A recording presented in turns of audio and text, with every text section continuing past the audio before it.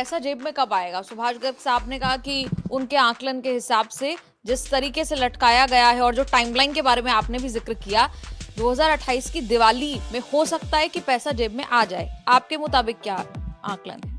अगर जो हम लोग मजाहिया तौर पे भले कहते हों, लेकिन सरकार अगर अपने हिसाब से इसको करती है तो हो सकता है कि लोकसभा के चुनाव से कुछ पहले आवे। अच्छा, आप और डिले बता रहे हैं। अगर वो आकलन है तो लेकिन हम तो पूरी कोशिश करेंगे कि भाई पे कमीशन 18 महीने के लिए उन्होंने बैठाया है। हम तो चेयरपर्सन से पे कमीशन की रिक्वेस्ट करेंगे कि यार ये इतना ज़्यादा टाइम लगाने की क्या ज़रूरत है। आप साल भर के अंदर इसको वाइंड अप करिए, रिपोर्ट दे दीजिए सरकार को और फिर सरकार को कहिए कि इसको लागू करें। और फिर वो लागू करने के बाद नहीं करेंगे तो सरकार से हम ही लोग फिर कोशिश करेंगे कि ये इस रिपोर्ट को जल्दी जल्दी लागू किया जाए।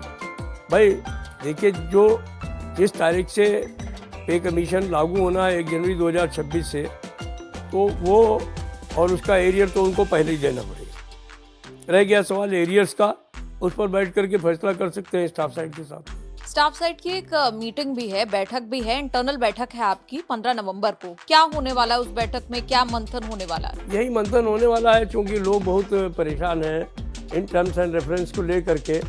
और चूँकि पहले के जो पे कमीशंस रहे हैं उनके टर्म्स एंड रेफरेंस में और इनके टर्म्स एंड रेफरेंस में मूल भावना तो वही है कि जो पहले से रही है, लेकिन इन्होंने जो इसकी अंग्रेजी पब्लिश की है अपने, या हिंदी पब्लिश की है अपने गजट नोटिफिकेशन में, उसको लेकर के लोगों के मन में बहुत जो है वो अलग अलग तरीके के विचार हैं।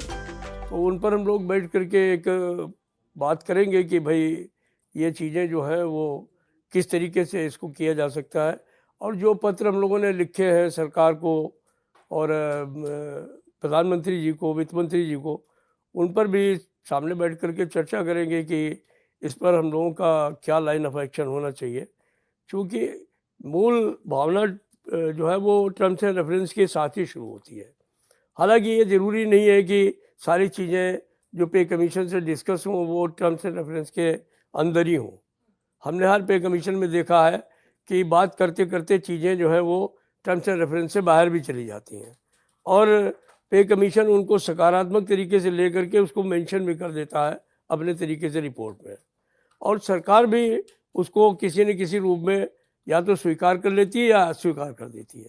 तो ऐसा नहीं है कि वो कह दें कि आपने ये बिल्कुल out of terms and reference आपने डिस्कस किया है तो इसलिए हम इसको नहीं मानेंगे। बहुत सारे इश्यूज़ हैं। जस्टिस श्री कृष्णा ने अपनी रिपोर्ट में तमाम चीज़ें आउट ऑफ जो है रेफरेंस जा कर के करी और सरकार ने उसको स्वीकार भी किया। तो हम लोग उसको लेकर के बहुत चिंतित नहीं है, लेकिन इस बात को लेकर के ज़रूर चिंतित हैं कि जो चीज़ें सरकार को करनी थी उसको उन्होंने इस भाषा में टर्म्स एंड रेफरेंस में डालने का काम किया, जिससे एक नेगेटिव मैसेज जा रहा है कर्मचारियों और पेंशनर्स में कि सरकार शायद कुछ करना ही नहीं चाहती है।